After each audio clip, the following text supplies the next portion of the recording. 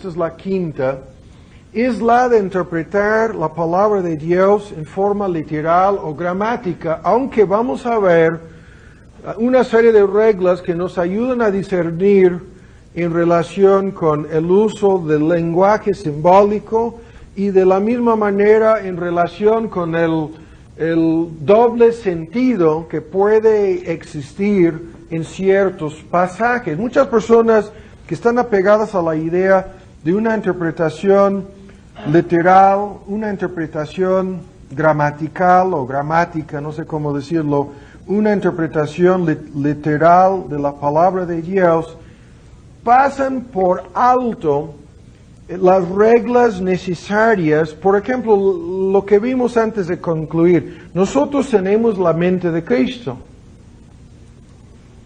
Y yo decía que si tú aplicas literalmente estas palabras a todo creyente, terminarás con una doctrina de clonación mental, porque se trataría de algo así. Y todo el mundo se percata de inmediato de que esto no puede significar eso. Y en el mismo contexto se refiere a la mente del Señor. El Kurios es el mismo Señor Cristo o Dios, como sea, Dios el Padre. Entonces, en el mismo contexto se refiere a los misterios y a las verdades reveladas a los apóstoles que nos han entregado ahora en forma permanente a la tarea de estudiar estas verdades, y vamos a ver la regla de interpretación que está aquí, y al mismo tiempo se refiere a la necesidad de que seamos personas espirituales, la necesidad de depender de la ayuda del Espíritu Santo, etcétera, etcétera, todo lo que ya hemos mencionado. Entonces, si tú llegas al final y sacas esto de que tenemos la mente de Cristo fuera de contexto, ¿sí?, vas a terminar en graves problemas, tratando de interpretarlo en forma literal. Pero aún más vamos a ver que hay toda una serie de ejemplos en donde las reglas no permiten que algo sea interpretado en forma literal. Simplemente voy a mencionar como ejemplo, voy a mencionar lo siguiente. Y esto es una regla a la cual llegaremos en la próxima sesión, cuando en el Antiguo Testamento leemos tal cosa, ¿sí? El ejemplo que es uno de los más conocidos es cuando el apóstol Pablo hablaba de cómo Dios les había prohibido a los judíos poner bozal al buey que trilla, ¿sí? Si tú estuvieras leyendo ese texto, que si no me equivoco viene de Deuteronomio, no pondrás bozal al buey que trilla, ¿sí?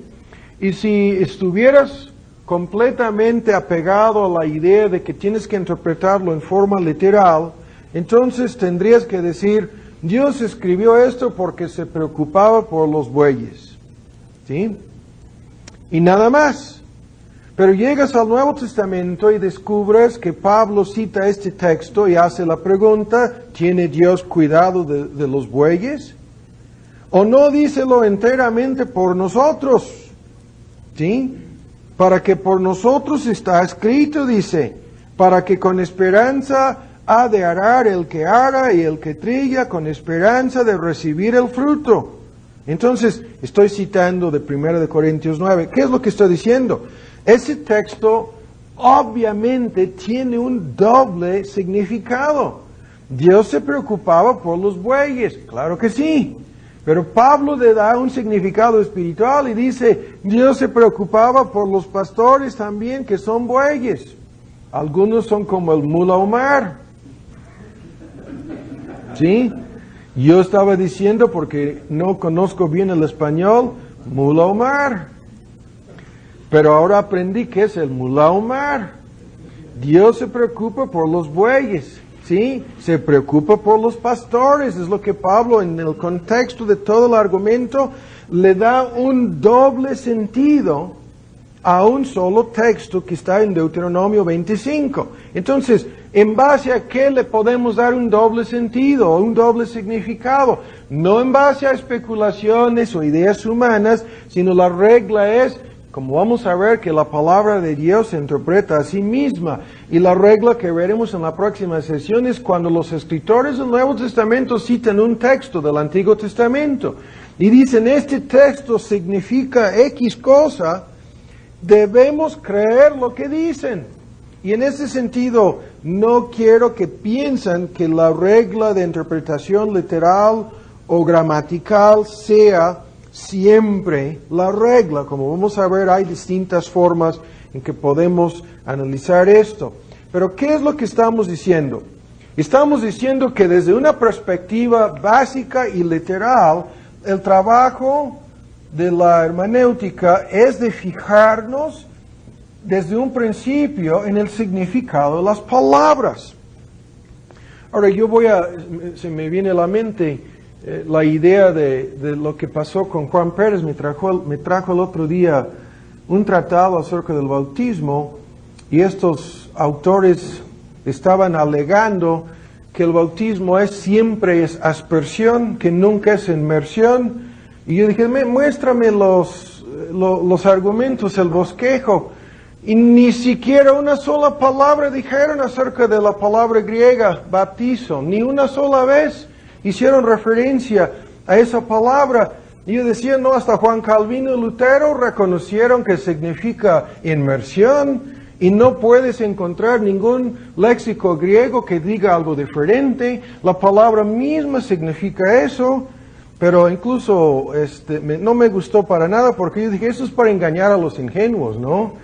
O si tienen argumentos, está bien, pero si lo van a decir en una forma que ignora el significado de la palabra misma, ni se fijan en el significado de las palabras, y trataban de dar dentro de una serie de argumentos un significado a esa palabra. Hay una palabra, incluso dos, si no me equivoco, palabras griegas para decir aspersión de agua, y ninguna de esas palabras es usada nunca en relación con el bautismo en el Nuevo Testamento. Entonces, ¿qué es lo que estoy diciendo? Hay que fijarse en el significado de las palabras. Hay que fijarse en la estructura gramatical de un texto. Y aquí no estoy hablando de ser eruditos o de ser expertos en griego o hebreo. Hay bastantes libros, incluso hay una versión nueva de Vine, vamos a traerlo, es todo en uno, tanto palabras hebreas como griegas están ahí. Y cuando hablamos ahora vean, de la necesidad de interpretar la Biblia literalmente, fijándonos en el significado de las palabras, en la gramática. Ahora ven, con mucha atención, esto es algo muy sencillo y les invito a ver en Romanos 6. Luego veremos muchos ejemplos de esto, pero aquí solamente vamos a señalar un solo caso. Estamos hablando de algo tan básico, tan sencillo, que podemos resumirlo diciendo lo siguiente. Se trata de la estructura gramatical, vamos a decirlo así, de un texto en la siguiente forma. La pregunta que le debemos hacer al texto es, si se trata de una pregunta, ¿sí? O si se trata de una orden, o si se trata de una declaración afirmativa, ¿no? Afirmación es el indicativo, ¿no? O orden es el imperativo, o preguntas. O sea, esto es algo tan fácil de entender. Vean, en Romanos 6, cuando dice, vamos a leer en el versículo 13, ni tampoco presentéis vuestros miembros al pecado por instrumentos de iniquidad, antes presentaos a Dios como vivos de los muertos y vuestros miembros a Dios por instrumentos de justicia, porque el pecado no se enseñorea de vosotros, pues no estáis bajo la ley, sino bajo la gracia. Ahora la pregunta aquí es muy sencilla. En relación con el versículo 13 y el versículo 14, la pregunta en cuanto a la estructura de estos dos textos es muy sencilla. Esta pregunta es, si la afirmación, el pecado no se enseñorea de vosotros, ¿es una orden o simplemente lo que yo acabo de decir, una afirmación? ¿Y cuál es la respuesta? Es una afirmación, es una declaración afirmativa. No es una orden, ni menos una pregunta, es una afirmación. O sea, no debemos presentar nuestros miembros al servicio del pecado. ¿Por qué no? Porque el pecado no puede enseñorearse de nosotros, no se enseñoreará de vosotros, no tendrá el dominio sobre el creyente. Y esta es la enseñanza de cantidad de textos que enseñan lo que siempre hemos dicho. Cualquier creyente puede caer en cualquier pecado, pero ningún creyente puede vivir en el pecado como práctica, como estilo de vida. Y esta garantía de que la gracia es más fuerte que el pecado es el argumento dentro del contexto, de igual manera como dentro del mismo contexto la muerte del creyente al ser regenerado. Cada creyente muere al dominio, a la esclavitud del pecado. Seguimos luchando con el pecado, pero el pecado no puede esclavizar y dominarnos como lo hacía anteriormente. Y cuando dice el apóstol, el pecado no se enseñoreará de vosotros, es claro, es obvio, simplemente leyendo el texto, que se trata de una afirmación declarativa, ¿sí? Algo muy sencillo.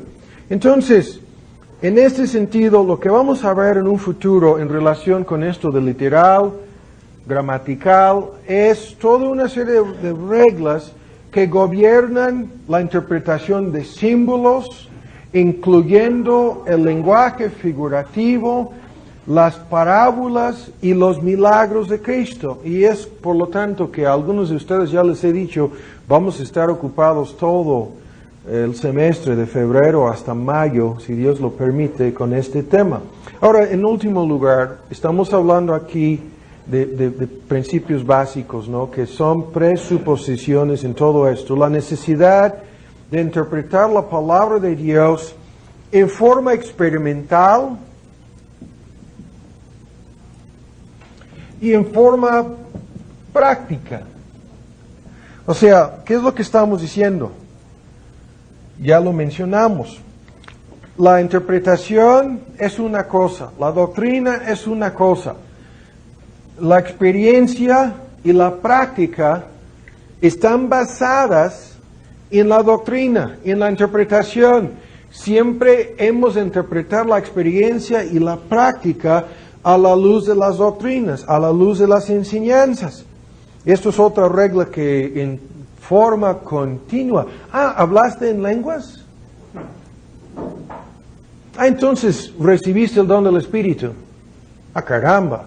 Si esto fuera así, hasta el Papa ha hablado en lenguas, ¿no?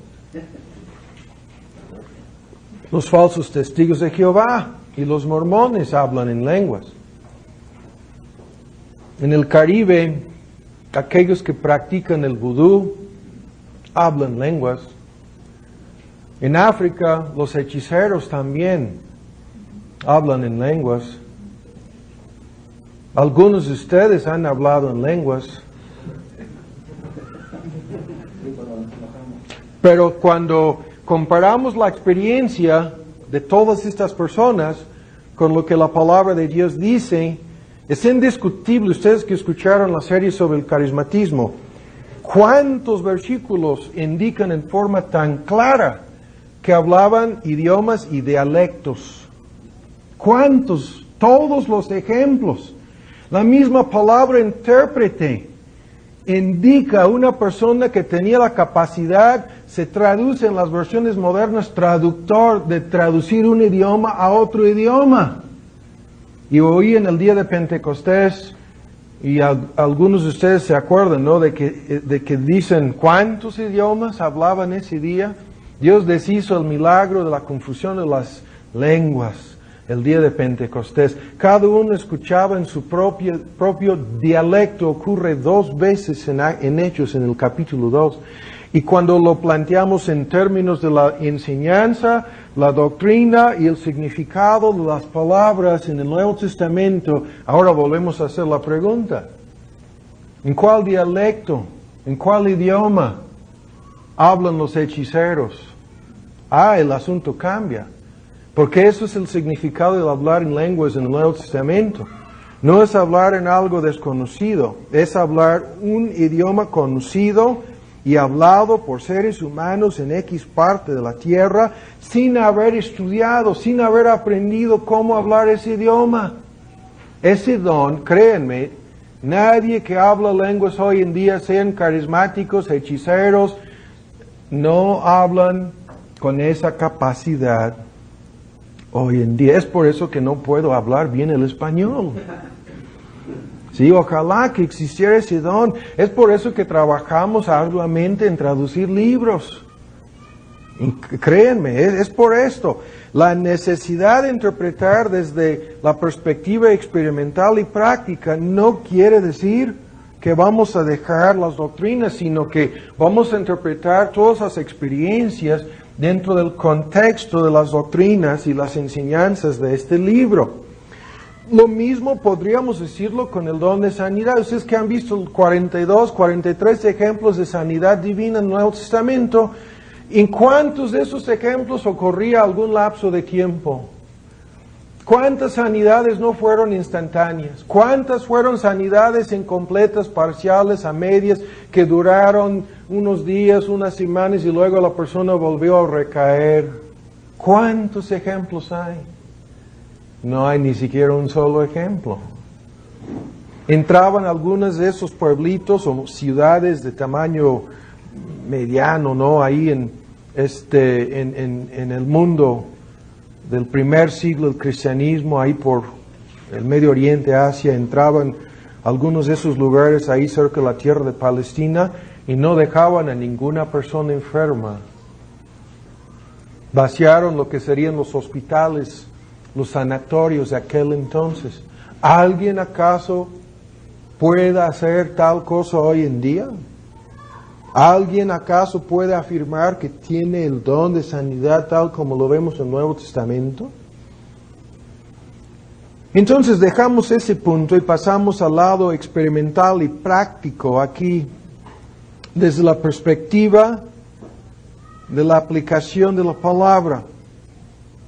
Ahora fíjense muy bien en lo que vamos a decir.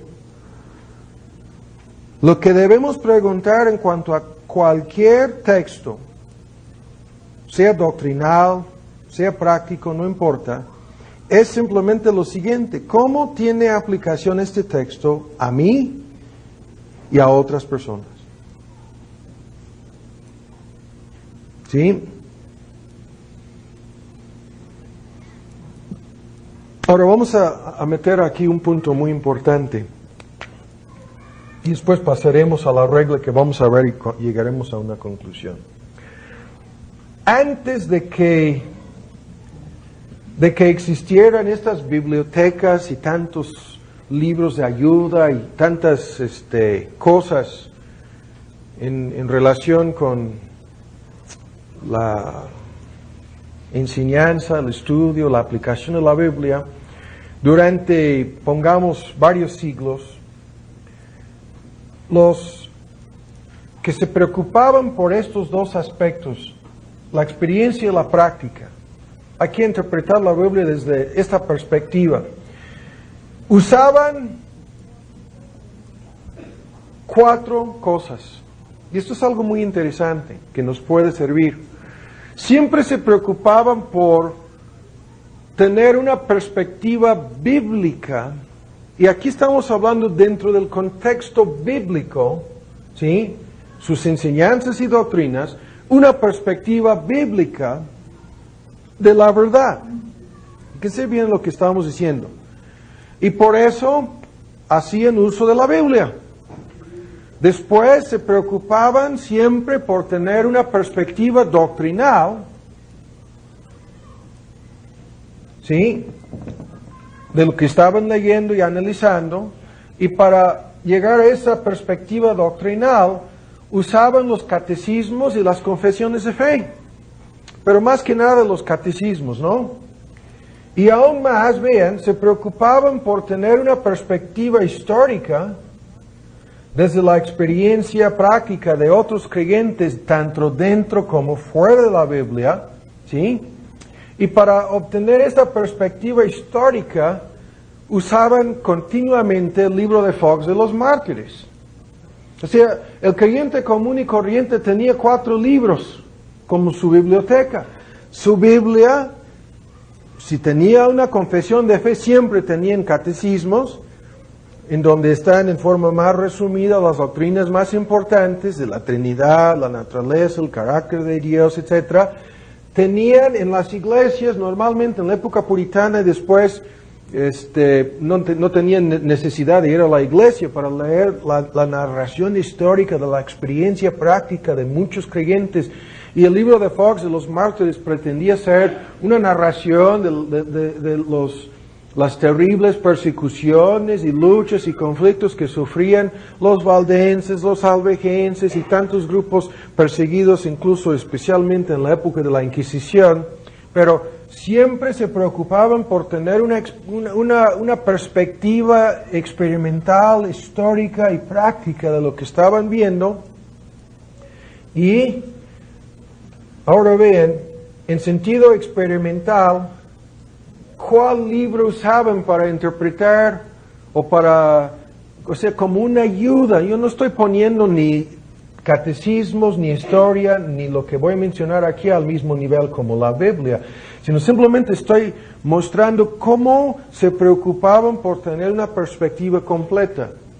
El libro que usaban para tener una perspectiva experimental se llamaba El progreso del peregrino, de nuestro querido hermano Juan Bunyan. Y en ese libro encontraban toda una serie de cosas en relación con las dudas, las tentaciones, los temores, la fe, la esperanza, el conflicto cristiano, el uso de la armadura, el conflicto con el mundo, con la vanidad, la feria de las vanidades y el combate intenso y personal con el diablo mismo. ¿Y qué es lo que estoy diciendo? Que buscaban, y hay que entenderlo, hay muchísima doctrina, y tenemos la meta de algún día, no solamente sacar una serie de estudios en la forma como de 20 o 24 cassettes explicando todo lo relacionado con la experiencia práctica del peregrino en el progreso del peregrino, ¿no? El que se llama cristiano en ese libro, sino de publicar como una guía para que muchas personas puedan ver hasta cuál punto se mete ese libro en los detalles prácticos y experimentales acerca de la vida cristiana. Pero ¿qué es lo que estamos diciendo? Que debemos preocuparnos por enseñar desde una perspectiva experimental y práctica, pero no dejando la perspectiva doctrinal, histórica, no dejando la palabra de Dios, sino incorporando todo esto dentro del contexto de la enseñanza. Entonces, ahora vuelvan a nuestro texto y vamos a fijarnos en esta regla y vamos a concluir. Esto es la quinta presuposición. Sí, esta fue la cuarta, la necesidad de analizar la Biblia desde estas perspectivas o estos puntos de vista. Ahora pasamos rápidamente a esta regla. Vuelvan a leer en 1 de Corintios, en su capítulo 2, y el texto es: nosotros, 2:12, hemos recibido no el espíritu del mundo, sino el espíritu que es de Dios, para que conozcamos lo que Dios nos ha dado, y en las versiones modernas añaden gratuitamente, porque es un don de su gracia. Lo cual también hablamos, no con doctas palabras de humana sabiduría, vean, sino con las enseñadas por el Espíritu. Esa es la versión moderna, acomodando o comparando, como vamos a ver, lo espiritual a lo espiritual. Ahora, esta regla es la primera que vamos a ver, y con esto llegaremos a una conclusión el día de hoy. Quería que viéramos más cosas, pero se nos acabó el tiempo. Y esta regla la encontramos en la Confesión de Londres, en la Confesión de Westminster, en la Confesión de Savoy, las tres versiones de la Confesión puritana. Y quiero citar de la versión de 1689 de Londres, la Confesión Bautista, en relación con este texto, dice lo siguiente: la Escritura misma es la regla infalible para interpretarse a sí misma. Por lo tanto, cuando hay una cuestión respecto al sentido verdadero y pleno de cualquier pasaje, se puede buscar y establecer su significado a la luz de los otros textos que hablan del mismo asunto con más claridad. Ahora, ¿qué quiere decir esta afirmación? Esta afirmación quiere decir que la Biblia se interpreta a sí misma. Y lo que nos toca hacer a partir de dejar establecido este punto es analizar las reglas que la Biblia misma nos da. Y ustedes ya han visto que la Biblia da reglas. Esto es implícitamente, ¿sí?, lo que vamos a ver y lo que ya hemos insinuado en los estudios anteriores. Pero para que entendamos esta verdad, vamos por partes. Empezamos con lo siguiente. Si la Biblia ha de interpretarse a sí misma, este hecho, vean, depende desde un principio de lo que hemos escuchado continuamente en esta serie de estudios. Este hecho depende de lo siguiente: del hecho de que la Biblia, a fin de cuentas, es un solo libro. El hecho de que la Biblia, a fin de cuentas, vean, siempre presenta un mensaje unificado, no contradictorio, sino armónico. Y vean, ¿esto debido a qué? Debido a que la Biblia es la expresión de una sola mente. Una sola mente. La Biblia es la expresión de la mente, la voluntad y los propósitos de Dios. Este mismo contexto menciona esta idea de la mente de Dios, ya lo hemos visto. Y como tal, la Biblia entonces es la revelación completa, vean, de una sola mente. No negamos que sea una revelación compleja, pero afirmamos que es una revelación coherente, completa, vean, armónica.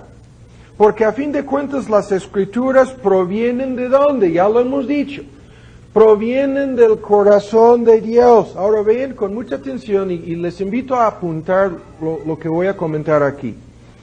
A fin de cuentas, es Dios el que habló a través de los profetas y los apóstoles. ¿Sí? Es un mensaje que proviene de Él. Dios habló a través de los profetas, a través de los apóstoles. A fin de cuentas, Dios es el que dio las visiones, las profecías, los tipos y los símbolos. Dios nos dio todas estas cosas. A fin de cuentas, escuchen bien, Dios es la persona que registró, o sea que en forma de apuntar, que registró las narraciones históricas, y vamos a dar toda una serie de reglas que gobiernan la interpretación de los pasajes históricos, pero Dios es el que registró exactamente los detalles necesarios en la narración histórica en relación con Jonás, con Job, con Abraham o cualquier otro personaje bíblico. Dios registró estas cosas. Y aún más, Dios declaró lo que tenemos en el libro de los Salmos, incluso las alabanzas, incluso las doxologías, ¿no? Incluso todo lo que se encuentra ahí en donde desde una perspectiva humana, ya lo hemos visto, no negamos que Dios usaba autores humanos, incluso sus personalidades, en algunos casos su lenguaje específico desde la perspectiva del autor de aquel entonces, etcétera, etcétera, pero eso no cambia para nada el hecho de que Dios controlaba a estas personas de tal forma que escribieran exactamente lo que Él quería. Y esto quiere decir, ahora vean en Isaías 55, que Dios escribió las enseñanzas y las doctrinas que tenemos en este libro. No son como estos grupos dicen, oh, aquel ex fariseo, aquel macho, enemigo del movimiento feminista. El apóstol Pablo escribió estas cosas acerca de y ustedes saben cómo tratan de escapar muchas personas de estas cosas diciendo que Pablo escribió esas cosas. No lo hemos visto antes, ¿no?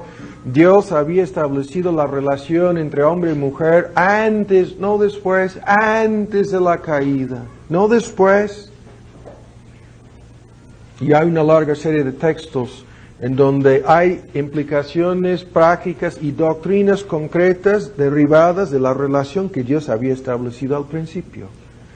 Pero cuando afirmamos que Dios reveló los misterios, que Dios dio las profecías y las visiones, ahora bien, esto es lo que Él mismo afirma en cantidad de textos, solamente estamos leyendo aquí en Isaías 55, cuando dice, vean, mis pensamientos 55:8 no son vuestros pensamientos, ni vuestros caminos mis caminos, dijo, vean, Jehová, esto es lo que estamos diciendo al afirmar que la Biblia pone de cabeza lo que los hombres quieren aceptar y creer por naturaleza.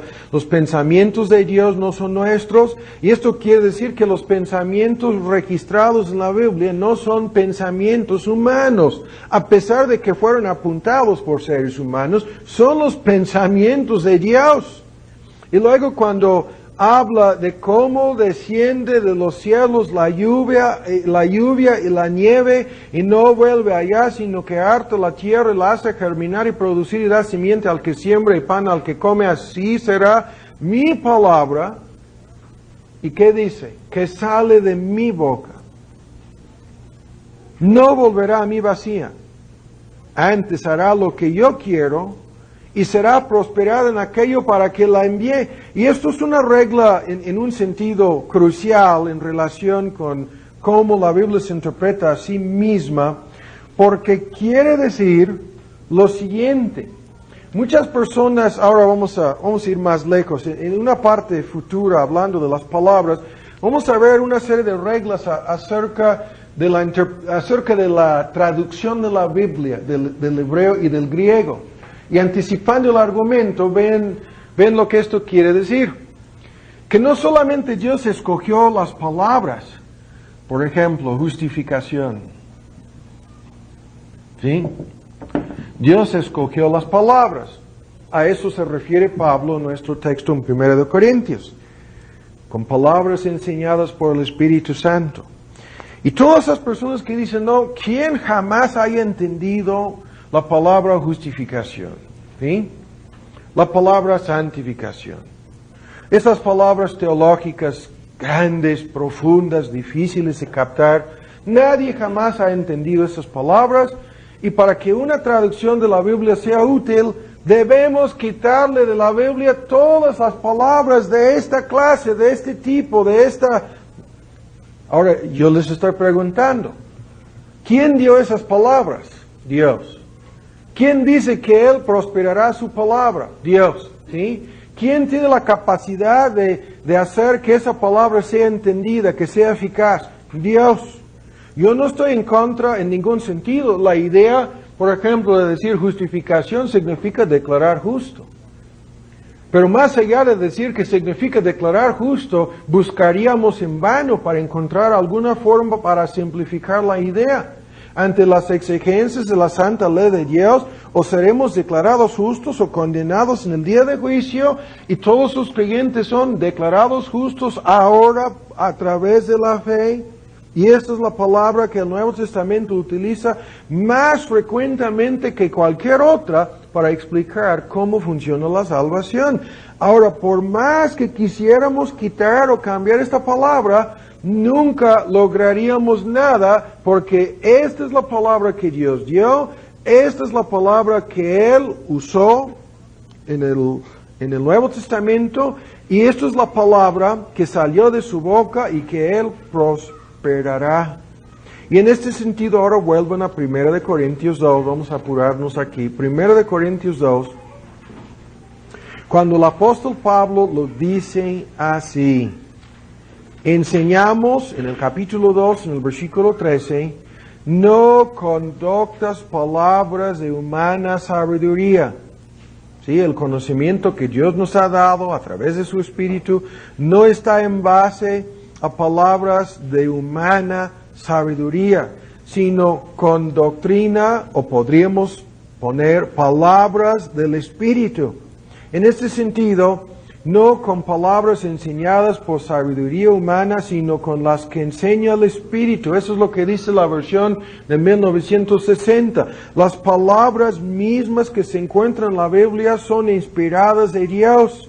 Y en este sentido, vean, nadie puede pasar por alto el uso de palabras teológicas, el uso de palabras especiales.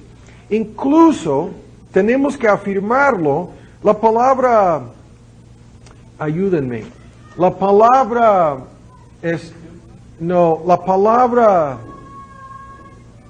espérenme, mortificación es un ejemplo de lo que estamos diciendo aquí. Normalmente, estas palabras no solamente no ocurren en el idioma común, en cualquier país, en cualquier lugar en el mundo. ¿Quién habla en forma cotidiana en su propio idioma de redención, justificación, en este sentido, mortificación, glorificación, santificación? O sea, incluso las mismas palabras infierno, cielo, son palabras que se utilizan en una forma especial en la Biblia. Pero lo que estoy diciendo es, la palabra mortificación sirve de ejemplo. ¿Cuánto me mortifica? ¿Sí? Es lo que podríamos decir en español, pero ¿qué quiere decir mortificación en la Biblia? Se traduce, y es en realidad más que una traducción, una interpretación, hacer morir. ¿Cuánto me hace morir? Tal o cual cosa. ¿Eso es lo que pensamos al escuchar mortificar? ¿Esa es la idea? ¿Qué es lo que estoy diciendo? Hay una serie de palabras que la Biblia utiliza y lo que tenemos que hacer prácticamente es borrar de nuestra mente la idea humana en cuanto al uso de esas palabras y otras, como lo estamos diciendo aquí, que no son usadas comúnmente en ningún idioma, en ninguna parte del mundo. Entonces lo que tenemos que hacer es, vean, ponernos a estudiar la definición amplia que la Biblia da de estas palabras dentro del contexto bíblico. Muchas personas se equivocan porque dan por sentado que el uso de X palabra en el idioma común es igual a su uso en la Biblia, por un lado, o por otro lado, que lo que pudieran encontrar en X diccionario es la idea correcta. Y cuando hay palabras que se encuentran en un diccionario en X idioma, hay que tener mucho cuidado al aceptar exactamente así lo que dice el diccionario. Por ejemplo, y hay muchos y debo tener cuidado aquí porque se nos está acabando el tiempo, pero la palabra gracia, ¿cómo se utiliza esa palabra en la Biblia? Yo siempre digo, bueno, tú puedes buscar en el diccionario, va a decir algo de balde. Quizás en algún diccionario muy fuerte, muy especializado, llegarían a decir algo en donde no entran méritos, en donde no toma en cuenta nada de la persona, algo gratuito, ¿no? Pero no vas a encontrar el doble uso de la palabra como la tenemos en la Biblia, en donde en más de la mitad de los textos significa poder. ¿Sí? Para que la gracia esté contigo, la gracia sea con vosotros, para que repose sobre mí la gracia. La gracia es más fuerte que el pecado. En todos esos ejemplos ya hay cantidad. Esa palabra cambia de inmediato su significado y deja de significar algo gratuito y significa poder y ayuda que Dios suministra, que Dios proporciona para sus hijos, para sus hijas. Pero esa palabra en la forma de poder nunca la vas a encontrar en un diccionario humano. Nunca van a decir eso. Y lo mismo, ¿no? Y veremos, dedicaremos toda una parte en el futuro a las palabras especiales. Pero ¿qué es lo que estamos diciendo? Estamos diciendo que Dios escogió las palabras, ¿sí? Que muchas veces el concepto humano en cuanto a estas palabras es un concepto equivocado o inexistente, como sea. Y además, vean, tenemos que entender lo siguiente. Lo que la Biblia enseña en cuanto a las cosas básicas, vean, la Biblia enseña estas cosas repetidamente. ¿Qué es lo que estamos diciendo aquí? Que la Biblia enseña las mismas cosas una y otra vez, continuamente, una y otra vez. Y ahora, ven rápidamente esta regla. Cuando el apóstol dice, comparando lo espiritual con lo espiritual, y así lo estamos traduciendo, comparando las cosas espirituales con las cosas espirituales en la versión en inglés, ¿no? La palabra que se traduce comparar es la misma, no pierdan de vista, pero es la misma palabra y les vamos a dar todo un folleto sobre el uso de esta palabra en el Nuevo Testamento. Vean en 2 de Corintios, en su capítulo 10, en el versículo 12. Es la misma palabra que se traduce compararnos. No os osamos a contarnos o a clasificarnos o a compararnos como algunos que se alaban a sí mismos, mas ellos midiéndose a sí mismos por sí mismos, comparándose consigo mismos, no son sabios, no entiendan. Esta palabra se traduce en las siguientes formas: juzgar, discernir, ajustar y aún a veces decidir, pero por comparación, comparando, ¿sí? Y se refiere a la idea de juzgar juntando varias cosas, interpretar varias cosas comparándolas con otras cosas. Entonces, en este sentido, lo que Pablo nos está dando aquí es una regla de interpretación. Y esta regla de interpretación quiere decir lo que ya hemos dicho, que la Biblia se interpreta a sí misma. Ahora, las cosas espirituales que Pablo menciona son las cosas reveladas en el contexto del argumento. La idea es en la totalidad de la revelación neotestamentaria. Las cosas espirituales son las cosas que los apóstoles fueron conducidos a escribir en forma permanente. Y estas cosas espirituales las comparamos con otras cosas espirituales. Se puede decir que comparamos una verdad con otra verdad. Y esto es exactamente la tarea del intérprete. Y tenemos que hacerlo de tal manera que haya armonía, concordancia y congruencia entre las distintas revelaciones o partes de la Escritura. Tenemos que permitir que una parte explique otra parte, ¿sí? Esto es la regla. Y esto es exactamente lo que los maestros falsos y las sectas modernas no hacen. Es exactamente lo que omiten en su supuesta interpretación de la Biblia.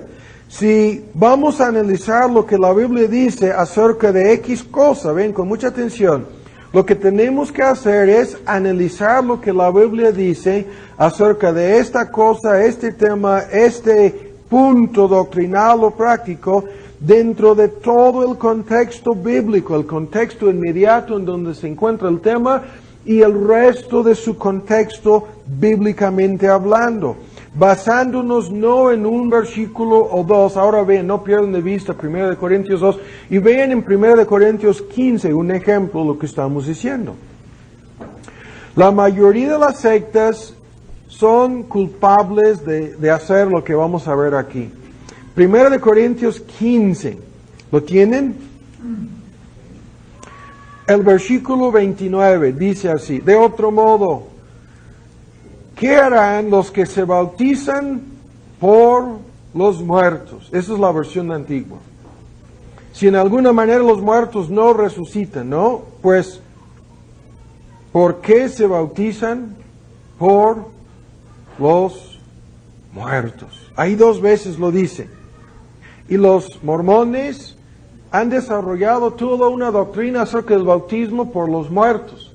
Y sacan sus genealogías y bautizan a los antepasados, generación tras generación tras generación. ¿En base a qué? En base a este texto. Ese es el único texto que tienen en la Biblia. En vez de comparar todo lo que la Biblia dice respecto al bautismo, en vez de comparar todos los demás textos dentro del mismo contexto, aquí hay un argumento tremendo y se puede traducir, en vez de bautizar por los muertos, por un muerto o por uno que está muerto, refiriéndose a Cristo. Si Cristo no resucitó, el argumento comenzó así a mitad de este capítulo, vienen toda una serie de consecuencias, entonces nadie se ha resucitado. Todos están todavía en sus pecados. ¿Y qué es lo que en la figura del bautismo? Ese es uno de los argumentos acerca del simbolismo del bautismo, de muerte y resurrección. ¿Qué es lo que están simbolizando entonces en el bautismo si se trata de simbolizar la muerte de alguien que nunca resucitó? Pero los mormones sacan fuera de su contexto este texto y es el único que tienen. Y enseñan toda una serie de falsedades basándose en un versículo aislado, no considerando ni tomando en cuenta el contexto inmediato, ni mucho menos lo que los demás textos enseñan. O sea, ¿qué es lo que están haciendo? En vez de comparar lo que la Escritura dice en un lugar con lo que dice en otro lugar, están violando todas las reglas de interpretación y basando su enseñanza en un solo punto. Ahora bien, en Isaías 28. Si yo quiero entender el sentido bíblico de la palabra infierno, nosotros tenemos un tratado bastante amplio sobre las palabras hebreas, las palabras griegas.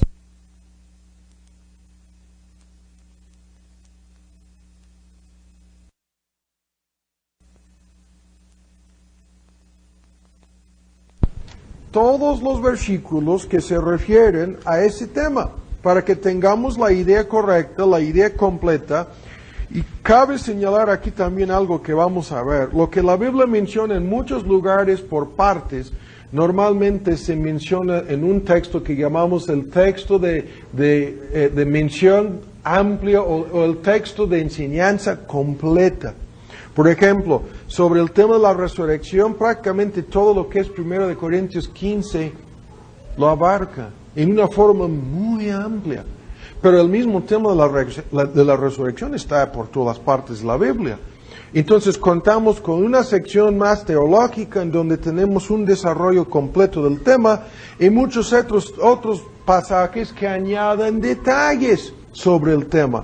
Y vean aquí que esto es exactamente la idea, aunque aquí en el contexto de este versículo el argumento es diferente. Vean, Isaías 28, versículo 9. ¿A quién se enseñoreará ciencia? ¿O a quién se hará entender doctrina? Eso es una pregunta.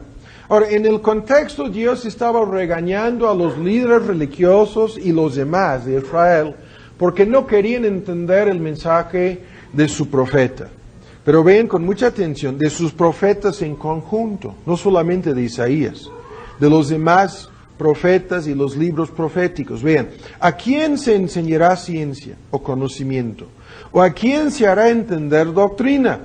Dice, a los quitados de la leche, a los recién retirados de los pechos, en la versión moderna. Porque mandamiento tras mandamiento, ven este texto, mandato sobre mandato, renglón tras renglón, línea sobre línea, un poquito ahí, otro poquito allá, y de inmediato vean que viene el texto que Pablo cita en 1 Corintios 14 acerca del propósito de las lenguas en el primer siglo del cristianismo, en lengua de tartamudos y en otra lengua hablará a este pueblo, a los cuales él dijo, ven en 12, este es el reposo, dar reposo al cansado, este es el refrigerio, mas no quisieron oír. Esto es una doble profecía acerca de una serie de cosas, incluso acerca de cómo los judíos rechazaron el Evangelio, aun cuando lo escuchaban en otros idiomas, en el primer siglo del cristianismo. Pero vean lo que dice en el versículo 13. La palabra pues de Jehová les será mandamiento tras mandamiento, mandato sobre mandato. Se repite la fórmula, renglón tras renglón, línea sobre línea, un poquito ahí, otro poquito allá. Pero vean lo que dice. Para que vayan y caigan de espaldas y sean quebrantados y enlazados y presos. Incluso esta misma idea la cita Pablo en relación con los judíos y su reprobación en la época del Nuevo Testamento. De que cayeron en lazo, de que fueron quebrantados, que permanecieron como presos. Por lo tanto, vean, varones burladores, vean, que estáis enseñoreados sobre este pueblo que está en Jerusalén, oíd la palabra de Jehová, y procede a regañar a estos mismos líderes por sus tonterías, por su rebeldía en contra de la palabra de Dios. Pero lo que nos interesa aquí es un solo argumento. Este argumento de que aun cuando Dios les hablara en la forma más sencilla, ven otra vez la fórmula, mandato, vean, sobre mandato, mandamiento tras mandamiento, renglón tras renglón, línea sobre línea, un poquito ahí, otro poquito allá. Aun cuando Dios les hablaba así, no querían entender. Ahora, esta idea la vamos a comparar ahora con Hebreos. Ven en el Nuevo Testamento, en Hebreos en su capítulo 5, y vamos a encontrar aquí al apóstol Pablo usando precisamente el mismo argumento. En Hebreos, en su capítulo 5, en el versículo 10, nombrado de Dios pontífice según el orden de Melquisedec, hablando del oficio en este sentido de Cristo como rey, Melquisedec, ¿no? Incluso sacerdote y rey. Pero vean, del cual tenemos mucho que decir, dificultoso, difícil de explicar o declarar a ustedes, o interpretar sería la idea, con reglas hermenéuticas, por cuanto os habéis vuelto, os habéis hecho en la versión moderna, tardos para oír, porque deberían ya ser maestros debido al tiempo, ¿no? Vean, porque debiendo ser ya maestros, después de tanto tiempo en la versión moderna, tenéis necesidad de volver a ser enseñados cuáles sean los primeros rudimentos de las palabras de Dios. Y habéis llegado a ser tales que tienen necesidad de leche y no de manejar el alimento sólido, porque cualquiera que participa de la leche es inhábil para la palabra, es inexperto en cuanto a la palabra de justicia, porque es niño. Mas la vianda firme, el alimento sólido, es para los, vean, que ya han alcanzado la madurez, la palabra perfectos, para los que por el uso o la costumbre tienen los sentidos ejercitados en el discernimiento del bien y del mal. Aquí, este argumento es igual a lo que acabamos de leer en Isaías. ¿En cuál sentido? En este sentido, ambos textos se refieren a la palabra de Dios enseñada en forma progresiva, ¿sí? Y ambos textos se refieren a la necesidad de un desarrollo y cierta madurez en las personas que reciben esa palabra. Y esto nos da a entender que hay grados de entendimiento, sí, que hay grados de comprensión en cuanto a la palabra. Pero esto no debemos malentenderlo.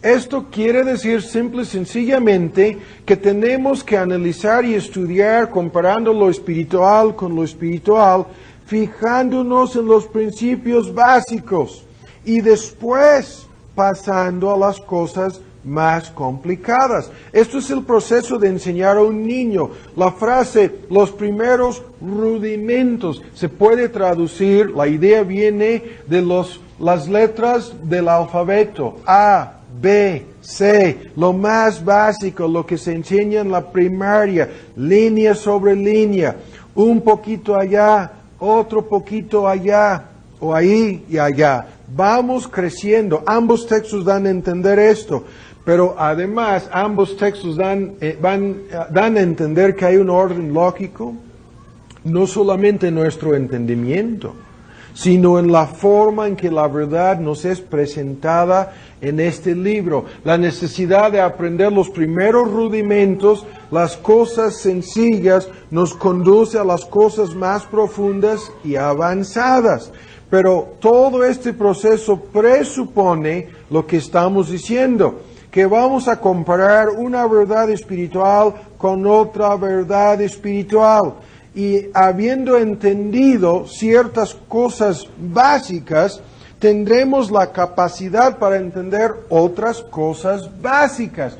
Por ejemplo, si una persona comprende lo que es la depravación total del hombre, incluyendo la esclavitud de su voluntad y su naturaleza caída al pecado, vean, esa persona entenderá de inmediato que a menos que Dios intervenga en su gracia, esa persona dejada a sí misma, por sí misma, nunca se arrepentirá de sus pecados, ni menos se entregará a Cristo. Y cuando buscamos en el Nuevo Testamento cuál es la fuente de esa gracia, la Biblia dice, la fuente de esta gracia está en la gran doctrina, la gran verdad, la gran realidad de la predestinación o la elección divina para salvación. Y una vez habiendo entendido que si el hombre es incapaz, y a menos que Dios actúe en su gracia, escogiendo a muchos para que sean salvos, nadie será salvo, pasamos de esa elección a un llamamiento eficaz, a una redención real, a una preservación y por fin glorificación de a todos aquellos que fueron escogidos por la gracia de Dios para ser salvos. Una doctrina conduce a otra, en forma lógica, en forma inevitable. Y esto lo estamos afirmando porque en esta regla, ahora ven en 2 de Pedro 3, de comparar lo espiritual con lo espiritual, o una verdad con otra, ahora ven con mucha atención cómo esto nos conduce. Vamos a ver aquí dos pasajes. Comenzamos en 2 de Pedro 3 y después vamos a pasar a 2 de Pedro 1 y vamos a terminar. 2 de Pedro 3. Aquí tenemos el mismo argumento. En 2 de Pedro 3, comenzamos en el versículo 15. Tened por salvación la paciencia de nuestro Señor, como también nuestro amado hermano Pablo, según la sabiduría que le ha sido dada, os ha escrito también. Casi en todas sus epístolas, hablando en ellas de estas cosas. Ahora vean, las cosas de la salvación en el contexto. Pero ahora vean, entre las cuales, en relación con la salvación, eso es el tema, y las cosas reveladas en las epístolas del apóstol Pablo, hay algunas cosas difíciles de entender. Ahora ven con mucha atención lo que sucede con estas cosas difíciles de entender. Dice, las cuales los indoctos e inconstantes tuercen, como también las otras escrituras, dando a entender que las epístolas de Pablo forman una parte de las Santas Escrituras, pero vean, tuercen, dice, los indoctos y los inconstantes. Estas cosas las tuercen. ¿Cuáles? Las difíciles de entender, para perdición de sí mismos. Ahora ven con mucha atención el argumento aquí. Hay algunas cosas, dice Pedro, difíciles de entender, vamos a decirlo así, en la Biblia. No solamente en las epístolas de Pablo, de eso no hay duda. Aunque llegaremos a esta cuestión de hasta cuál punto un inconverso puede entender o no estas cosas, eso lo dejamos para la próxima sesión. Y si seguimos aquí dejando cosas para la próxima sesión, yo calculo como para las 8 de la noche vamos a terminar. Entonces, ven con mucha atención. ¿Qué quiere decir indoctos? ¿Qué quiere decir inconstantes? Los indoctos e inconstantes. Inconstantes se puede traducir como fluctuantes. Se refiere en estas dos palabras a cierta clase de personas. Los inconstantes son estas personas que no están seguros, no tienen bases, por lo tanto son personas fluctuantes que pueden ser, como lo dice Pablo en Efesios, llevados por todo viento de doctrina. Pero eso debido a que son indoctos. Indoctos quiere decir no enseñados. No enseñados en cuanto a qué. No enseñados en cuanto a las cosas básicas. No enseñados en cuanto a A, B, C. No enseñados en cuanto a las cosas más básicas de la palabra de Dios. Y créanme, hay una muchedumbre de personas en las iglesias evangélicas de hoy que no saben si Dios existe como una Trinidad o no. Incluso muchos que ni siquiera han escuchado gran cosa acerca de la existencia trinitaria de Dios, no saben si hay tal cosa o no. Créanme, hay una muchedumbre de personas que no entienden los primeros rudimentos acerca de la caída de Adán, la depravación humana, su esclavitud al pecado y por lo tanto les es imposible entender las cosas más profundas acerca del plan eterno de la redención. Pero vean lo que estamos diciendo. Esta palabra traducida tuercen es la palabra griega que se traduce torcer o torturar. Y se refiere, ustedes lo pueden leer en el diccionario de Vine, al uso de un instrumento de tortura. A eso se refiere Vine. Y eso es lo que están haciendo. Se paran en el púlpito y comienzan a sujetar la palabra de Dios a un proceso de tortura. ¿Qué es esto? En esta palabra hay todo lo que hemos estado diciendo. No se trata de lo que yo pienso que Dios debería haber dicho. ¿Sí? No se trata de que yo voy a instruir a Dios acerca de cómo debería haber hecho el plan eterno de la redención. Eso sería exactamente lo que este texto indica. Sujetar esta palabra a un proceso de tortura. ¿Qué quiere decir eso? Torturan a una persona para que diga lo que quieren. No, para que diga lo que los inquisidores quieren que diga. A eso se refiere esta palabra. Entonces, ahora véanlo. En el primer capítulo, y con esto vamos a terminar, créanme. En el primer capítulo de 2 de Pedro, o sea, torcer es cambiar, distorsionar, sujetar a un proceso para que diga algo diferente de lo que realmente dice. Y las sectas modernas son expertos en esto. Son expertos en lo que exactamente este texto quiere decir. Ahora vean en 2 de Pedro 1 y con esto concluimos. Vean ahora para concluir este argumento. Vamos a dar lectura otra vez en el versículo 19. Tenemos también la palabra profética más permanente. Este texto lo vimos comenzando el día de hoy. A la cual hacéis bien de estar atentos, como una antorcha que alumbra en el lugar oscuro hasta que el día esclarezca y lucero de la mañana, que es Cristo, es una referencia a Cristo, salga en vuestros corazones. Entendiendo primero esto, que ninguna profecía de la Escritura es de interpretación privada o particular. Y ven lo que dice añadiendo el porqué de esto. El porqué de no interpretar en forma privada la palabra. Porque la profecía no fue en los tiempos pasados traída por voluntad humana, sino los santos hombres de Dios. Esto lo vimos en los estudios sobre la inspiración. Esto es la nave empujada por el viento que terminó en el naufragio del apóstol Pablo y los demás que iban a bordo. Esto es arrastrados a las plazas, ¿no? En el libro de Hechos para ser falsamente juzgados.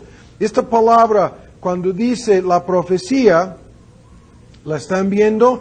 No fue en los tiempos pasados traída. Esto es una fuerza superior empujando. Esta es la palabra que se refiere al control divino sobre aquellos que escribían la santa palabra de Dios. Por eso afirmamos que es la palabra de Dios, no es la palabra de estos hombres. ¿Sí? Por eso Pedro afirma, hay que tener mucho cuidado, dice, en la forma en que vamos a interpretar esta palabra, porque no es una palabra sujeta a la opinión personal o privada de ninguna persona.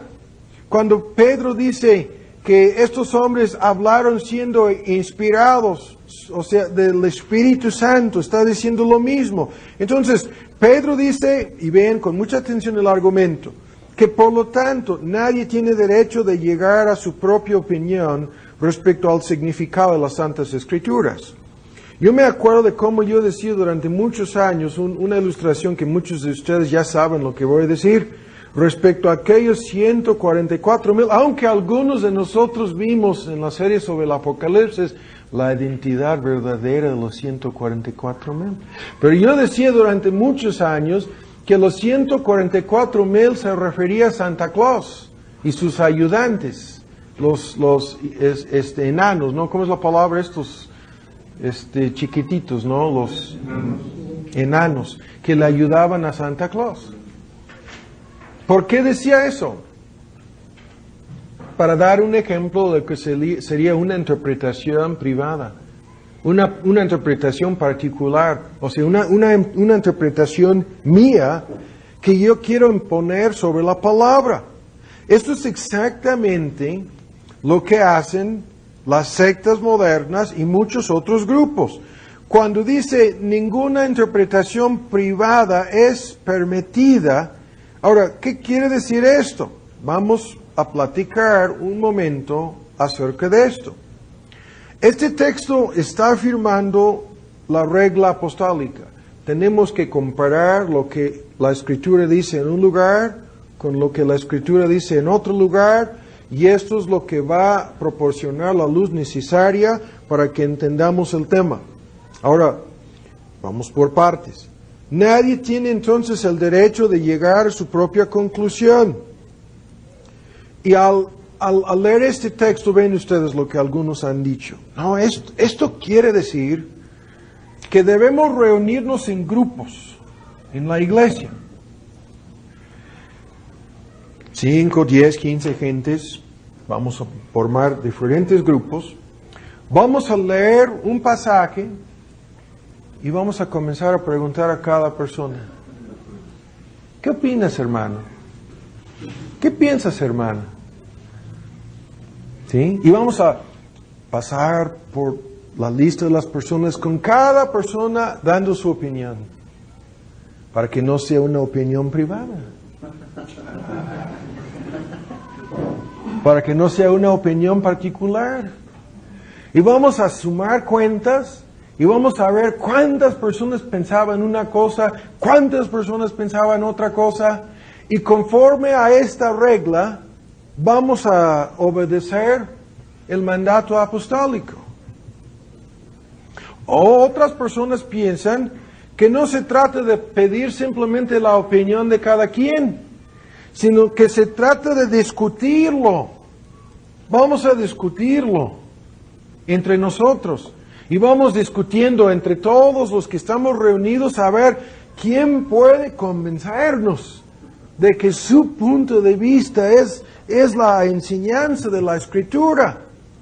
Ahora bien, otros dicen, no, esto quiere decir lo que decía la Iglesia Católica. Y esto lo vamos a ver en la próxima sesión, que nadie tiene derecho alguno de interpretar la Biblia. Que incluso la lectura misma de la Biblia es algo muy peligroso. Y que por lo tanto no debemos estudiar, leer ni analizar nada. La tarea hermenéutica no nos toca a nosotros, vamos a pedirle al clero y a la jerarquía de nuestra iglesia, en este caso el Papa tiene la última palabra, ¿cuál es la interpretación autoritativa de nuestra iglesia en cuanto a este texto? ¿Eso es lo que quiere decir?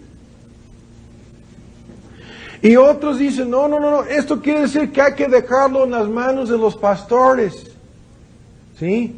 Hay que dejarlo en las manos de los ministros, los eruditos, lo que serían los escribas, ¿no? Hoy en día. Pero esto no concuerda con lo que hacían en la iglesia apostólica, porque dice que escudriñaban cotidianamente las Santas Escrituras para ver si lo que decían los apóstoles, checaban, comparaban lo que decían los apóstoles con lo que ellos sabían de las Escrituras que tenían a su disposición del Antiguo Testamento. No, entonces nadie puede dejar esto a manos de los apóstoles, ¿no? Incluso a mí me gusta cuando quieran cuestionar, cuando duden de algo que han escuchado desde el púlpito. ¡Cuánto gusto me da! ¿Por qué? Porque lo van a checar. No. Y van a llegar a la conclusión por sí mismos, analizando, comparando una escritura con otra, de que efectivamente esto es así, así, así. Es mucho mejor que lleguen a concluirlo así, en vez de que simplemente reciban todo lo que se diga desde el púlpito como si fuera la palabra del Papa. ¿Qué es lo que Pedro quiere decir con esto? No vamos a meternos ahora en los debates que surgieron en la época de la Reforma acerca de este texto. El Concilio de Trento usó este texto para condenar a todos los protestantes y los que se atrevían a leer la Biblia en forma personal quedaron condenados basándose en este texto. No, lo que Pedro quiere decir es que la Escritura tiene que ser interpretada por la misma persona que la dio originalmente. Eso es lo que quiere decir. ¿Quién es esta persona? Caramba, Pedro no está aquí. Ni Pablo, ¿sí? Ni Isaías, ni Jeremías. Estamos en graves problemas entonces. ¿No eso es absurdo también? O sea, quiere decir que tiene que ser interpretada por la misma persona, pero ¿quién es esa persona? Esta escritura no se originó en la mente del hombre. Esto lo hemos estado diciendo desde temprano el día de hoy. Tiene su origen en la mente, en el corazón ¿de quién? De Dios. No puede ser entonces interpretada correctamente por la mente del hombre. ¿En el sentido de qué? En el sentido de que las opiniones humanas, las ideas, las presuposiciones, las teorías del hombre no entran aquí, puesto que fue dada por hombres controlados por el Espíritu Santo. Así lo dice Pedro. Entonces, tiene que ser interpretada por otros hombres controlados o inspirados por el Espíritu Santo. ¿Qué es lo que estoy diciendo? Que no solamente se interpreta a sí misma, sino que las reglas correctas para su interpretación aquí están. Y si no, si les ha parecido muy largo y muy complicado lo de todo el día de hoy, a eso estábamos tratando de llegar. ¿Sí? A este punto estábamos tratando de llegar. Y es por lo tanto, ahora bien, con mucha atención lo que vamos a decir al concluir. Es por lo tanto que una parte de la Escritura tiene que darnos luz respecto a otra parte de la Escritura. Si ustedes se ponen a analizar cómo predicaban los apóstoles, van a descubrir que eso es exactamente lo que estaban haciendo. Decía Pablo, el misterio, la revelación de Dios es esto y aquello. Inmediatamente comenzaba a citar textos. Y vamos a analizar cómo citaban textos. Porque en 3, 4, 5 formas distintas usaban citas. Pero citaban textos para guardar la regla de interpretación. Lo que yo estoy diciendo aquí, eso es lo que dijo David.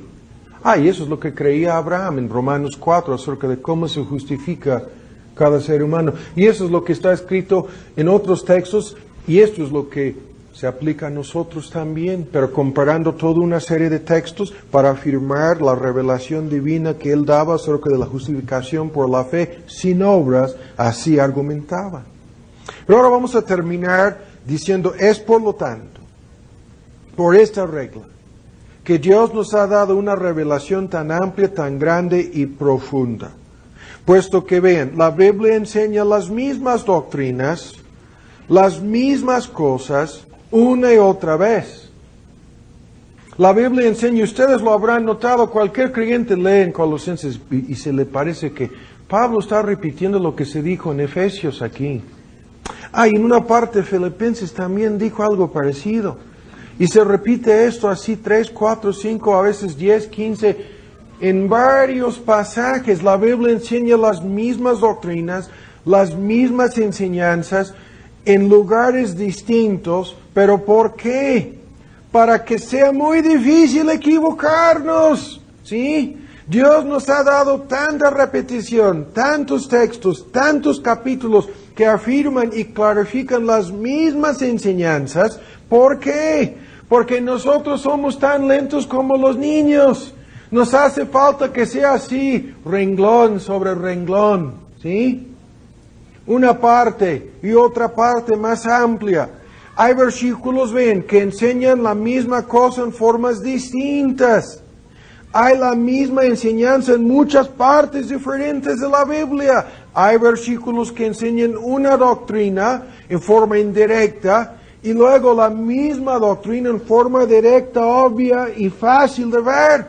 Hay muchas secciones históricas que muestran cómo la verdad y la doctrina se aplicaba y se llevaba a cabo en forma práctica y experimental en la vida de X persona. En el libro de los Salmos tenemos cantidad de ejemplos. Ustedes que leyeron ahora saben, solamente habíamos dado este libro sobre el Salmo 73 por dos motivos. Algunos de ustedes se encuentran en situaciones difíciles, tal como el salmista. Y esto sucede a cada ratito con todos nosotros. Pero el salmista, en la parte en donde comenzó a recapacitar y a aplicar su conocimiento doctrinal de la palabra de Dios a su propia situación, a su propio problema, al conflicto y la dificultad en que se encontraba, nos dio una tremenda lección acerca de cómo Dios usa hasta el testimonio personal del salmista. ¿Para qué? Para que nosotros vayamos creciendo y aplicando estas verdades a nuestros problemas, a nuestras dificultades, a nuestra vida cotidiana. Y es imposible leer este tratado sobre el Salmo 73 y no llegar a esa conclusión. Eso es una regla para los pastores. Te vas al hospital o te encuentras en el hospital, como sea. O sea, internado tú. Y lo que vas a descubrir es la experiencia común de todos los creyentes. En el hospital, internados, en la cama, en la casa, enfermos, en dificultades, se encuentran hojeando en el libro de los Salmos. Y leen, este pobre pecador se metió en graves problemas. Y Dios tuvo misericordia de él. Y la persona lee entre líneas, ahí está mi nombre. Este pobre pecador que soy yo, se metió en graves problemas y Dios tuvo misericordia de mí. Así funciona. Hay parábolas, hay enseñanzas figurativas, hay cosas que nos obligan a pensar, meditar y reflexionar en una forma muy profunda. Hay ilustraciones de todo tipo. Hay ilustraciones de la vida real de diferentes personajes en la Biblia. Y vean, todas estas cosas, una Biblia amplia, enseñanzas repartidas por todas partes, pero siempre las mismas enseñanzas, siempre las mismas doctrinas, presentadas desde diferentes puntos de vista, siempre las mismas enseñanzas desde diferentes puntos de vista en cuanto a los argumentos, en cuanto a las explicaciones. Yo he llegado a decir aquí en este púlpito, aunque no me gusta, yo he llegado a decir hace mucho tiempo, el hermano Moisés y yo usamos los mismos cassettes. Yo le paso un cassette, él me pasa otro cassette, porque estamos repitiendo las mismas cosas una y otra vez. Algunos de ustedes ya se percataron de eso. Y algunos piensan, ¿cuándo nos van a enseñar algo nuevo? No, no hay nada nuevo. Si es nuevo, es falso. Esa es la regla. Si es nuevo, es falso. Hay que darlo por sentado. Podemos ir profundizándonos en la verdad básica ya revelada. Pero nunca vamos a llegar más allá de un evangelio teocéntrico, el pacto de la gracia, la Trinidad. Todos esos puntos básicos se repiten continuamente. Y puesto que siempre hay niños, siempre hay personas recién convertidas, siempre hay personas inconversas, estamos obligados a volver a dar las mismas pautas, las mismas bases, y simplemente añadimos otro renglón, otro poquito. ¿No es así? Otro poquito. ¿Sí? Para que los que ya están hartos de Gerber, para que tengan algo más sólido. ¿Sí? Y para los que no pueden manejar el sólido, para que reciban el Gerber que necesitan. Y aunque hemos hecho unos berrinches acerca de estos lugares en donde es puro Gerber, ahora ya sabemos que ni siquiera se trata de Gerber. Es más parecido al Anthrax, lo que están dando. Ni siquiera es Gerber, porque no se trata ni siquiera de ABC. No se trata ni siquiera de los primeros rudimentos de la palabra de Dios. No, están dando algo menos que Gerber. No, están dando algo que no sirve para nadie, porque están violando las reglas de interpretación. Entonces, esta base de que la Biblia se interpreta a sí misma, no se preocupen, vamos a traer un folleto en donde todo lo que acabamos de escuchar lo pueden leer y analizar y incluso usarlo, ¿no?, en su propio estudio. Y ahora les pido que tengan paciencia. Esto se va a poner mucho más interesante. Créanme, mucho más interesante. Porque hay toda una serie de reglas generales que vamos a ver la próxima vez. Terminamos con las reglas generales, reglas y principios específicos. Pasamos a las reglas especiales de interpretación, de profecía, de simbología, de tipos, etc. Y vamos a dedicar, como ya lo he estado mencionando, mucho tiempo a esto. ¿Por qué? Porque hemos estado tratando de llegar a esto. Es imposible hablar de la predicación, hablar de otros asuntos, a menos que tengamos estas bases. Un receso.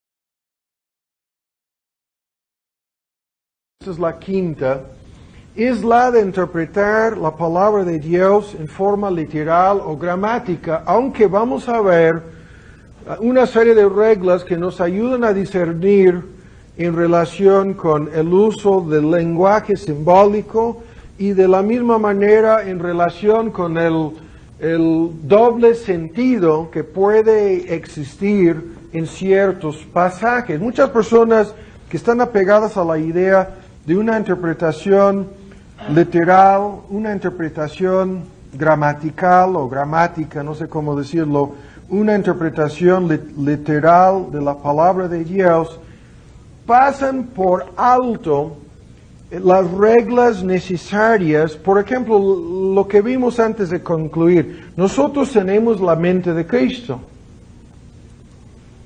Y yo decía que que si tú aplicas literalmente estas palabras a todo creyente, terminarás con una doctrina de clonación mental, porque se trataría de algo así. Y todo el mundo se percata de inmediato de que esto no puede significar eso. Y en el mismo contexto se refiere a la mente del Señor. El Kurios es el mismo Señor Cristo o Dios, como sea, Dios el Padre.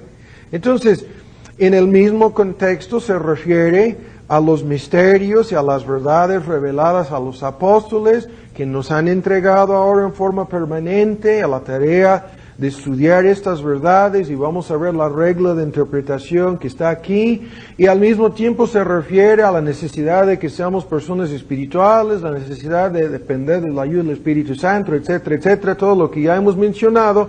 Entonces, si tú llegas al final y sacas esto de que tenemos la mente de Cristo fuera de contexto, ¿sí?, vas a terminar en graves problemas, tratando de interpretarlo en forma literal. Pero aún más vamos a ver que hay toda una serie de ejemplos en donde las reglas no permiten que algo sea interpretado en forma literal. Simplemente voy a mencionar como ejemplo, voy a mencionar lo siguiente. Cuando, y esto es una regla a la cual llegaremos en la próxima sesión, cuando en el Antiguo Testamento leemos tal cosa, ¿sí?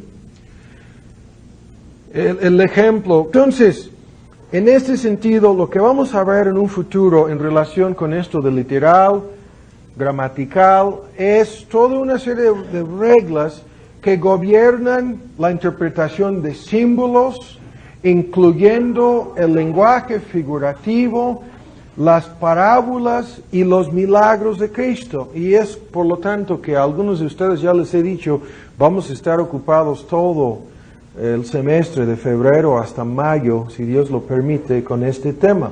Ahora, en último lugar, estamos hablando aquí de principios básicos, ¿no?, que son presuposiciones en todo esto. La necesidad de interpretar la palabra de Dios en forma experimental y en forma práctica. O sea, ¿qué es lo que estamos diciendo? Ya lo mencionamos. La interpretación es una cosa, la doctrina es una cosa.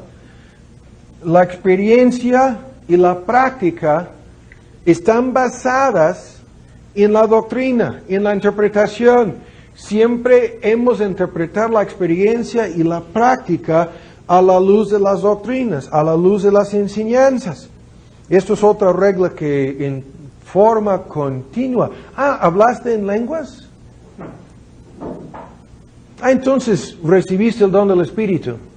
Caramba, si esto fuera así, hasta el Papa ha hablado en lenguas, ¿no? Los falsos testigos de Jehová y los mormones hablan en lenguas. En el Caribe, aquellos que practican el vudú hablan lenguas. En África, los hechiceros también hablan en lenguas. Algunos de ustedes han hablado en lenguas.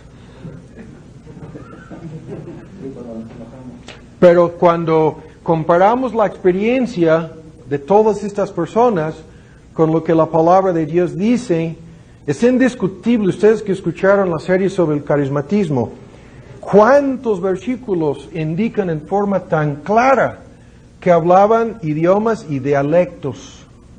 ¿Cuántos? Todos los ejemplos. La misma palabra intérprete indica a una persona que tenía la capacidad, se traduce en las versiones modernas, traductor, de traducir un idioma a otro idioma. Y hoy en el día de Pentecostés, y algunos de ustedes saben que es uno de los más conocidos, es cuando el apóstol Pablo hablaba de cómo Dios les había prohibido a los judíos poner bozal al buey que trilla. ¿Sí? Si tú si tú estuvieras leyendo ese texto, que si no me equivoco viene de Deuteronomio, no pondrás bozal al buey que trilla, ¿sí? Y si estuvieras completamente apegado a la idea de que tienes que interpretarlo en forma literal, entonces tendrías que decir, Dios escribió esto porque se preocupaba por los bueyes, ¿sí? Y nada más.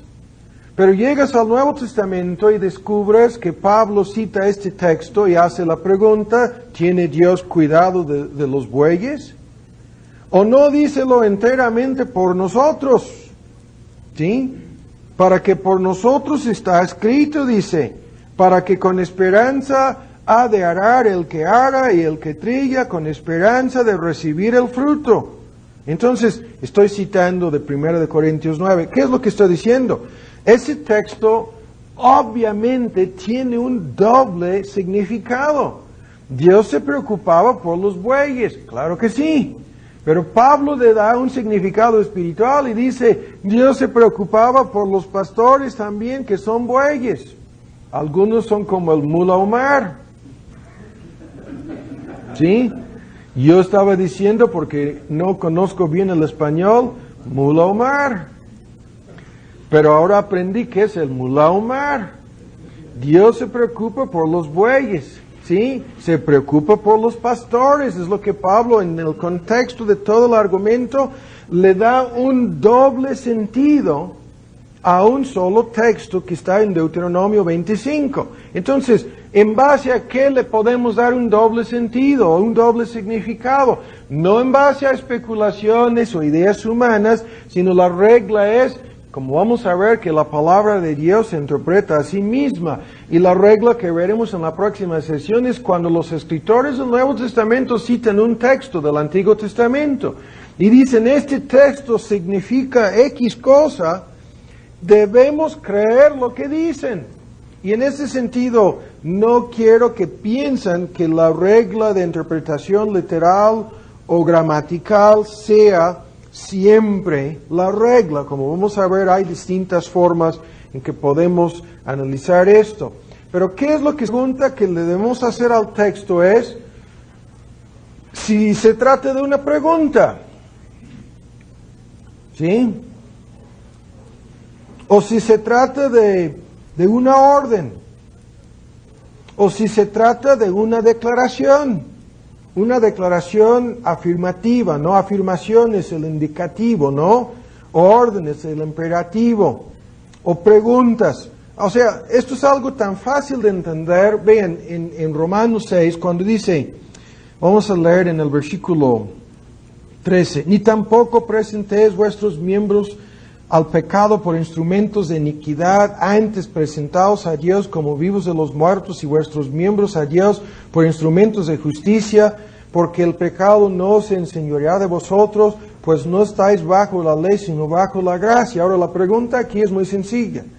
En relación con el versículo 13 y el versículo 14, la pregunta en cuanto a la estructura de estos dos textos es muy sencilla. Esta pregunta es, si la afirmación, el pecado no se enseñorea de vosotros, ¿es una orden o simplemente lo que yo acabo de decir, una afirmación? ¿Y cuál es la respuesta? Es una afirmación, es una declaración afirmativa. No es una orden, ni menos una pregunta, es una afirmación. O sea, no debemos presentar nuestros miembros al servicio del pecado. ¿Por qué no? Porque el pecado no puede enseñorearse de nosotros, no se enseñoreará de vosotros, no tendrá el dominio sobre el creyente. Y esta es la enseñanza de cantidad de textos que enseñan lo que siempre hemos dicho. Cualquier creyente puede caer en cualquier pecado, pero ningún creyente puede vivir en el pecado como práctica, como estilo de vida. Y esta garantía de que la gracia es más fuerte que el pecado es el argumento dentro del contexto, de igual manera como dentro del mismo contexto la muerte del creyente al ser regenerado, cada creyente muere al dominio, a la esclavitud del pecado. Seguimos luchando con el pecado, pero el pecado no puede esclavizar y dominarnos como lo hacía anteriormente. Y cuando dice el apóstol, el pecado no se enseñoreará de vosotros, es claro, es obvio, simplemente leyendo el texto, que se trata de una afirmación declarativa, ¿sí? Algo muy sencillo. Entonces estamos diciendo que desde una perspectiva básica y literal, el trabajo de la hermenéutica es de fijarnos desde un principio en el significado de las palabras. Ahora se me viene a la mente la idea de lo que pasó con Juan Pérez. Me trajo el otro día un tratado acerca del bautismo y estos autores estaban alegando que el bautismo siempre es aspersión, que nunca es inmersión. Y yo dije, muéstrame los argumentos, el bosquejo. Y ni siquiera una sola palabra dijeron acerca de la palabra griega, bautizo. Ni una sola vez hicieron referencia a esa palabra. Y yo decía, no, hasta Juan Calvino y Lutero reconocieron que significa inmersión. Y no puedes encontrar ningún léxico griego que diga algo diferente. La palabra misma significa eso. Pero incluso no me gustó para nada porque yo dije, eso es para engañar a los ingenuos, ¿no? O si tienen argumentos, está bien, pero si lo van a decir en una forma que ignora el significado de la palabra misma, ni se fijan en el significado de las palabras, y trataban de dar dentro de una serie de argumentos un significado de esa palabra. Hay una palabra, incluso dos, si no me equivoco, palabras griegas para decir aspersión de agua, y ninguna de esas palabras es usada nunca en relación con el bautismo en el Nuevo Testamento. Entonces, ¿qué es lo que estoy diciendo? Hay que fijarse en el significado de las palabras. Hay que fijarse en la estructura gramatical de un texto. Y aquí no estoy hablando de ser eruditos o de ser expertos en griego o hebreo. Hay bastantes libros, incluso hay una versión nueva de Vine, vamos a traerlo, es todo en uno, tanto palabras hebreas como griegas están ahí. Y cuando hablamos ahora vean, de la necesidad de interpretar la Biblia literalmente, fijándonos en el significado de las palabras, en la gramática. Ahora ven, con mucha atención, esto es algo muy sencillo y les invito a ver en Romanos 6. Luego veremos muchos ejemplos de esto, pero aquí solamente vamos a señalar un solo caso. Estamos hablando de algo tan básico, tan sencillo, que podemos resumirlo diciendo lo siguiente. Se trata de la estructura gramatical, vamos a decirlo así, de un texto en la siguiente forma. La